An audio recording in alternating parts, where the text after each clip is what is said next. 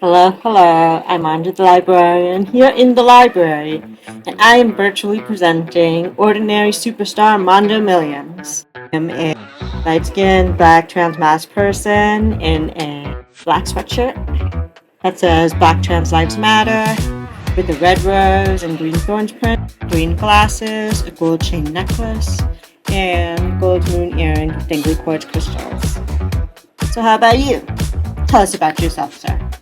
Hi, I'm Mondo Millions, he, him pronouns, and I am a deaf black trans drag king based in Sacramento, California, also known as the Farm to Fork capital.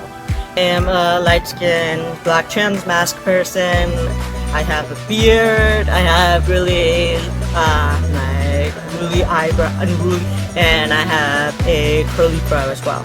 My outfit is basically a green shirt with a black shirt that says I'm rooting for everybody black and trans because I'm always representing my community and proud to do so, and black shorts. But I am wearing socks. For myself, I find that being in Sacramento has allowed me to kind of have an understanding of how privileged we are in California to have the sort of consistent weather that we have. But unfortunately, I've noticed that there has been an increase in more climate change related incidents. You know, like our summer heat has been ramping up year after year in ways that are unprecedented.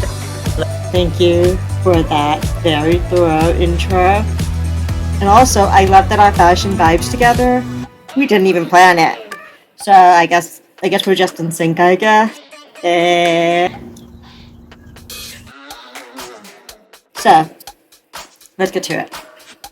As a disabled and queer black person, especially as a queer black drag king who also navigates like being trans during COVID, like how has COVID and climate change and all of those kind of repercussions that come with that affected your artistic practices, and tell me a little bit about what you wish people knew. So due to being someone who grew up with the California wildfires, I had gotten used to wearing masks. And then, COVID hit, and it wasn't this bizarre concept to wear a mask. And I think that helped a lot, actually. It helped in terms of understanding how important the well-being of my lungs were.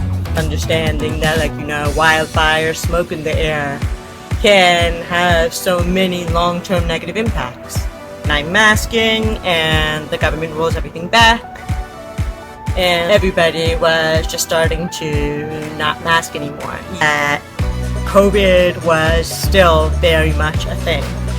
I realized that every ongoing performance I did, where I was trying to see if I could risk my life for those 1 hour events, I couldn't do it. I had to stop and start pulling back on my performances, and I tried to advocate for mask required audiences throughout the pandemic because a lot of people were just still doing drag shows and stuff.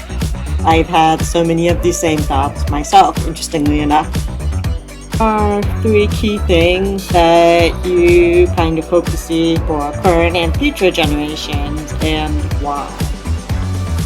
So the Black Violet Revue, which is a BlackQueerDisabled virtual variety show, I realized that this show was something that I hadn't seen before. That part of why I created my show was because I couldn't find any representation in that regard. Wanted the disabled queer community to have safety here in Sacramento.